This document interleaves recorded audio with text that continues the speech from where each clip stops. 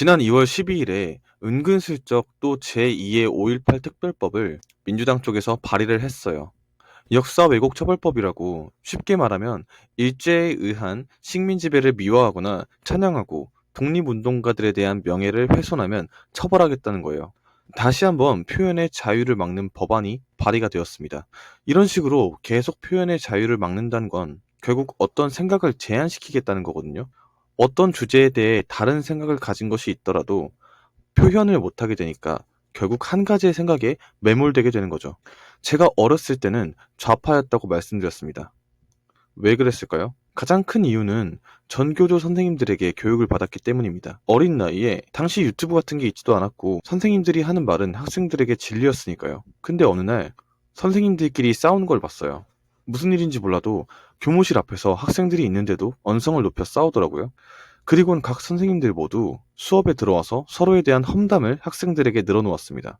저는 그때 이런 생각을 했어요. 누구보다 공정하고 객관적이고 합리적일 것 같은 선생님이라고 할지라도 막상 이해관계가 걸리면 자기 입장에서만 얘기하게 되는구나. 그리고 저는 이런 것이 비단 사람 사이에서만 있을 것 같진 않더라고요.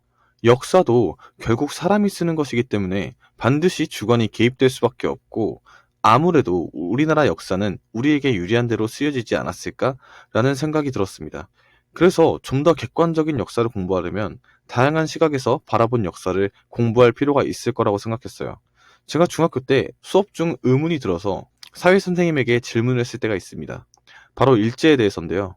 독립운동가들에 대해 얘기하고 대한민국의 독립에 대해서 공부하는 중이었습니다. 정말 갑자기 순수한 호기심이 들어서 선생님한테 여쭤봤어요. 선생님, 근데 결과적으로 독립운동가들이 독립을 위해 목숨을 걸고 싸우긴 했지만 실제로 우리나라를 해방시킨 건 미국의 원자폭탄이네요? 라고요. 그랬더니 선생님 대답이 그렇긴 한데 독립군들이 계속해서 싸우면서 국제사회에 대한제국이란 나라를 알렸고 그래서 우리가 독립을 할 수 있었다. 이렇게 얘기를 하더라고요. 그때 당시에는 아, 그런가? 하고 넘어갔는데 이게 점점 나이가 먹을수록 아무리 생각해도 상식적으로 납득이 안 가는 부분이 너무 많더라고요.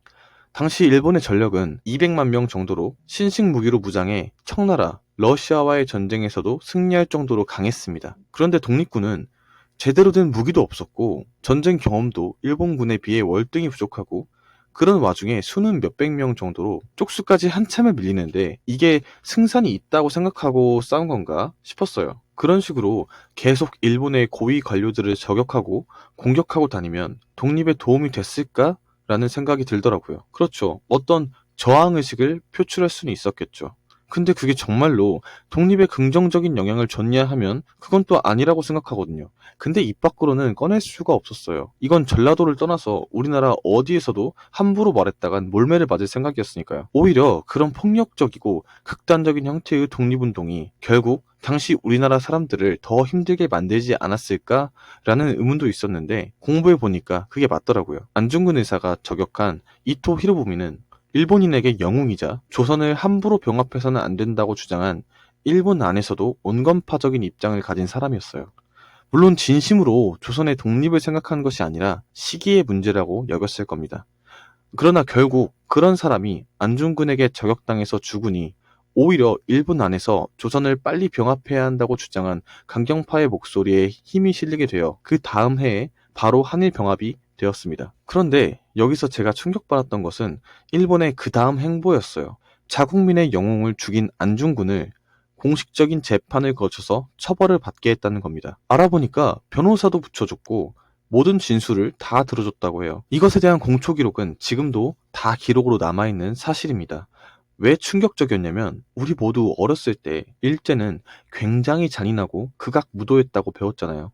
선생님도 그랬고 교과서에도 그렇게 나와 있었고 영화나 드라마를 봐도 일제시대 때 일본 순사들은 지나가다 부딪혔다는 이유만으로 조선인 소녀를 총으로 쏴서 죽이고 조선인이란 이유만으로 핍박하고 독립운동가들을 고문하는 그런 이미지로 알고 자랐는데 그런 일제가 어째서 자국의 영웅을 죽인 그들 입장에서는 테러리스트인 사람을 변호사를 붙여주고 재판장에까지 서게 했을까요? 마지막 진술에서는 1시간 반 동안 안중근 의사의 진술을 다 들어줬다고 하는데 지금 우리나라는 국민이 뽑은 대통령의 말조차 헌재에서 다 들어주지 않고 있잖아요.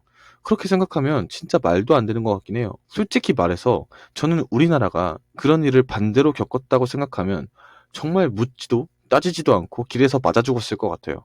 우리나라의 영웅으로 불리는 사람이 타국에 나가서 테러리스트한테 총을 맞아 죽었다? 저였으면 그 나라 사람들을 좋은 시선으로 바라보지 못했을 것 같습니다. 당연히 혐오하지 않았을까요? 이런 말하면 반드시 이렇게 말하는 분들이 있을 거예요. 그럼 타국을 강제로 점령했는데 분노한 국민이 당연히 그럴 수 있는 것 아니냐. 그러니까 왜 강제로 점령하냐? 아니요. 일본 입장에서는 강제로 점령한 것이 아니에요. 고종이 나라를 팔았기 때문에 그들 입장에서는 피 한 방울을 안 흘리고 정당한 거래로서 조선이란 나라를 얻은 거죠. 조선이란 국가의 주인은 백성이 아니라 황제였습니다. 억울하겠지만 그게 사실이에요. 그리고 그 황제인 고종이 자신의 안위와 돈을 보장받고 나라를 팔아 넘겼다고요. 만약 저는 우리가 반대의 입장이었어도 똑같이 화가 났을 것 같아요. 당시 우리나라가 개화를 먼저 해서 신식 무기를 바탕으로 강력한 군대를 얻었고 일본이 당시 조선처럼 약소한 국가였다. 조선이라고 안 그랬을 거라는 보장이 있나요? 저는 어렸을 때 선생님들이 우리 민족은 동방예의지국이라서 단 한 번도 다른 나라를 먼저 침략한 적이 없었다 라고 자랑스럽게 말할 때마다 그냥 힘이 없어서 못 쳐들어간 거 아니야? 라는 생각을 했는데 사실 이게 맞잖아요. 반대로 우리나라가 일본을 일왕과 거래해서 샀는데 이순신 장군 같은 분이 일본에서 암살당했다? 그 사람 길거리에 나오자마자 오체 분시가 됐을 거라고 장담합니다. 일뽕이 아니라 상식적으로 그러지 않았을까요? 얼마 전에 닷살람님 방송에서 전라도 교수님이란 분이 나와서 충격적인 말씀을 해주시는 걸 들었어요. 일제시대에 대해서 말해주는 걸 들었는데 실제로 그때 당시에 살았던 사람들은 우리의 생각보다 꽤 만족하고 살았었다고 하더라고요.